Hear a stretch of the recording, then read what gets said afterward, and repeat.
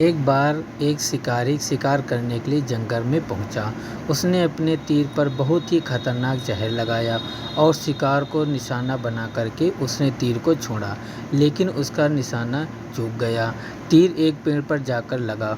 वह पेड़ बहुत ही हरा भरा और बहुत सारे तोते उस पेड़ पर रहते थे। जैसे ही वह जहरीला तीर उस पेड़ पर जाकर लगा, वह पेड़ धीरे धीरे सूखने लगा और उस पेड़ पर जो भी तोते रहते थे वह एक एक करके उस पेड़ को छोड़कर जाने लगे। उस बड़े से पेड़ के कोटर में एक बहुत ही बूढ़ा तोता रहता था, जो बहुत ही धर्मात्मा और अच्छे मन का था। सभी तोते उस पेड़ को छोड़कर जाने लगे थे, लेकिन वह बूढ़ा तोता जाता था, दाना लेकर आता और उसी कोटर में आकर के बैठ जाता था, परंतु उस पेड़ को छोड़ने को तैयार नहीं था। बूढ़े तोते के साथियों ने कई बार आकर के उसे समझाया कि यह पेड़ सूख रहा है और किसी दिन गिर भी जाएगा, चलो किसी और पेड़ पर चलकर रहा जाए, परंतु वह बूढ़ा तोता वहाँ से जाने को तैयार ही नहीं हो रहा था।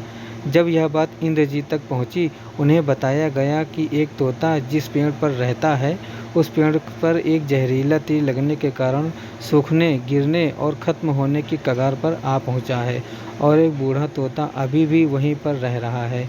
वह दाना लेकर आता है और वहीं पर रहता है, जबकि उस जंगल में बहुत सारे पेड़ हैं, लेकिन वह उसी पेड़ पर रह रहा है।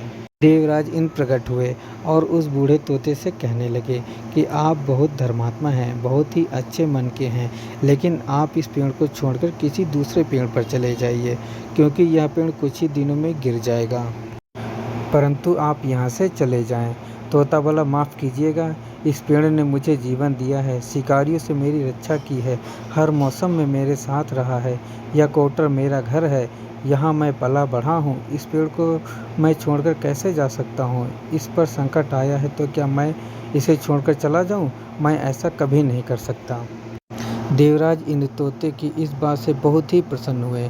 उन्होंने तोते से कहा, मैं आपकी इस बात से बहुत ही खुश हूँ, मांगो जो आपको मांगना हो। उस बूढ़े तोते ने कहा, मुझे बस इतना मांगना है कि जिस पेड़ ने मुझे जन्म दिया, जहाँ मैं रहा पला बढ़ा, जिसे आप मेरा जन्मभूमि कह सकते हो, आप इसे फिर से वैसा ही हरा भरा कर दो जैसा यह था। देवराज इंद्र ने अमृत से उस पेड़ को सींच दिया और पहले की तरह हरा भरा कर दिया। अब वापस से उस पेड़ पर आकर के बाकी तोते रहने लगे। वह बूढ़ा तोता कुछ समय तक और जिंदा रहा, फिर उसकी मृत्यु हो गई और वह स्वर्ग में चला गया।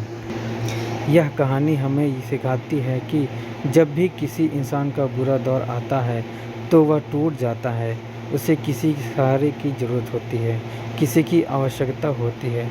अगर आप ऐसे समय में उसे छोड़कर चले जाएंगे, उससे बात नहीं करेंगे, मुंह मोड़ लेंगे, तो आपसे बुरा कोई नहीं है, क्योंकि आप किसी के सुख का साथी बनो या ना बनो, लेकिन आपको हमेशा किसी के दुख का साथी जरूर बनना चाहिए।